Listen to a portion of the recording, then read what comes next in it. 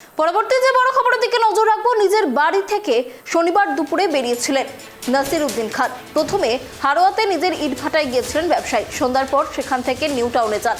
সেখানেই গভীর রাত্রে নিউ টাউন এলাকায় ব্যবসায়ীকে বাইকে এসে গুলি চালিয়ে দুই দুষ্কৃতী চম্পট দেয়। ঘটনাস্থলে মৃত্যু হয়েছে ওই ব্যবসায়ী।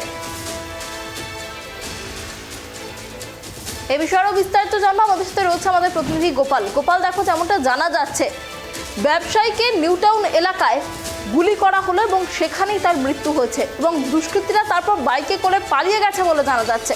ঠিক ঘটনাটা কি ঘটেছে?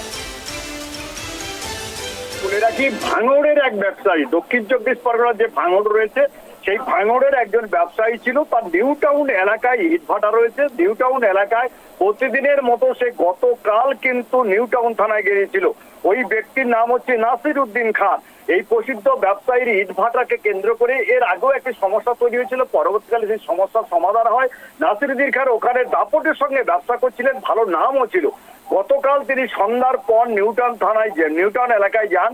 গভীর রাত্রে হঠাৎ করে দুষ্কৃতীরা মোটরসাইকেলে চড়ে এসে তাকে গুলি করে। তার গুলি করার কারণে স্পটে তার মৃত্যু হয় এবং তার সঙ্গে আরেকজন ছিল, তারও কিন্তু গুলি লাগে। সে কিন্তু মৃত্যুর সঙ্গে ইতিমধ্যে পাঞ্জালা মরছে বলে জানা গেছে। সেই ইট ভাটার কয়লা সাপ্লাইয়ের ব্যবসা সে ফুলে ফেপে উঠেছিল। এখন যেটা মনে করা হচ্ছে, পোলেরহাট পদ্মপুকুর অর্থাৎ ভাঙড়ের বিশাল বাড়ি বানিয়েছিল নাসির। এই বিলাসবহুল বাড়ি রয়েছে তার। তবে কেন তাকে গুলি করা হলো, কি জন্য গুলি করা হলো, পুলিশ কিন্তু ইতিমধ্যে তদন্ত শুরু করেছে। ইকো পার্কের কাছে কিন্তু আরেকজন গুলি করে পড়েছিল, তুমি জানবে। বাইকে করে যারা এসেছিল দুজন দুষ্কৃতী বলে এটা প্রত্যক্ষদর্শীরা জানিয়েছে। তবে এই দুষ্কৃতকারীরা কারা সেটা কিন্তু জানা যায়। রাত্রি থেকে কোলেরাট থানার পুলিশ, নিউ টাউন থানার পুলিশ, বিভিন্ন পুলিশ আধিকারিকরা কিন্তু সিসিটিভির ফুটেজ দেখার চেষ্টা করছে। কিন্তু একটা প্রশ্ন কিন্তু এর মধ্যে উঠে আসছে, যেখানে এত বড় একটি ব্যবসায়ী তার এলাকায়, সেই ব্যবসায়ী প্রসিদ্ধ ব্যবসায়ী হওয়া সত্ত্বেও তার এলাকায় কেন সিসিটিভি ফুটেজ দেয়? এটা কিন্তু সাধারণ মানুষ প্রশ্ন, সিসিটিভি কেন লাগানো হয়নি, এটা কিন্তু প্রশ্ন উঠছে। অনন্যা, তোমার কাছে আরো একটা বিষয় জানতে চাইবো, যে কি কারণে এই গুলি চালানোর ঘটনা, সেটা কি কিছু জানা যাচ্ছে? দেখো, তোমাকে আগে বলেছি, যেটা হচ্ছে বিশ্বস্ত সূত্রে খবর হচ্ছে এর সঙ্গে ওই এলাকার কোন ব্যক্তির সঙ্গে বিগত 5 বছর আগে বিশাল গন্ডগোল হয়েছিল ইট ভাটা নিয়ে। তারপরে এই যে কয়লা পাচার বা কয়লার ব্যবসা, এটা কিন্তু একটা মাফিয়া চক্র। কয়লা ব্যবসা করে এই বাজারে এখন তুমি জানবে, কয়লা ব্যবসা করে যে রাতারাতি কোটিপতি হওয়া যায়, এটা কিন্তু একমাত্র তার উদাহরণ কিন্তু রয়েছে এই নাসির উদ্দিন।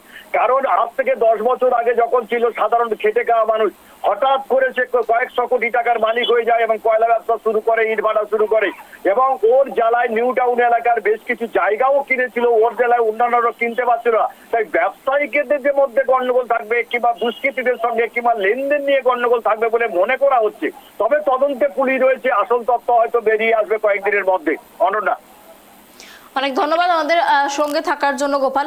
যে গুরুত্বপূর্ণ খবরের দিকে আমাদের নজর ছিল, নিউ টাউনে গুলি করা হলো ব্যবসায়ীকে আর ঘটনাস্থলে মৃত্যু হচ্ছে সেই ব্যবসায়ীর, এমনটাই জানা যাচ্ছে। ইতিমধ্যেই ঘটনার তদন্ত শুরু করেছে পুলিশ। যেমনটা জানা যাচ্ছে, নিজের গাড়ি নিয়ে শনিবার দুপুরে বাড়ি থেকে বেরিয়েছিলেন নাসির উদ্দিন খান। প্রথমে হারোয়াতে নিজের ইটভাটায় গিয়েছিলেন ব্যবসায়ী। সন্ধ্যার পর সেখান থেকে নিউ টাউনে যান। সেখানেই গভীর রাত্রে নিউ টাউন এলাকায় ব্যবসায়ীকে বাইকে এসে গুলি চালিয়ে দুই দুষ্কৃতী চম্পট দেয়। ঘটনাস্থলে মৃত্যু হয় তার। ঘটনার অপর এক ব্যক্তি আহত হয়েছেন বলেও জানা যাচ্ছে।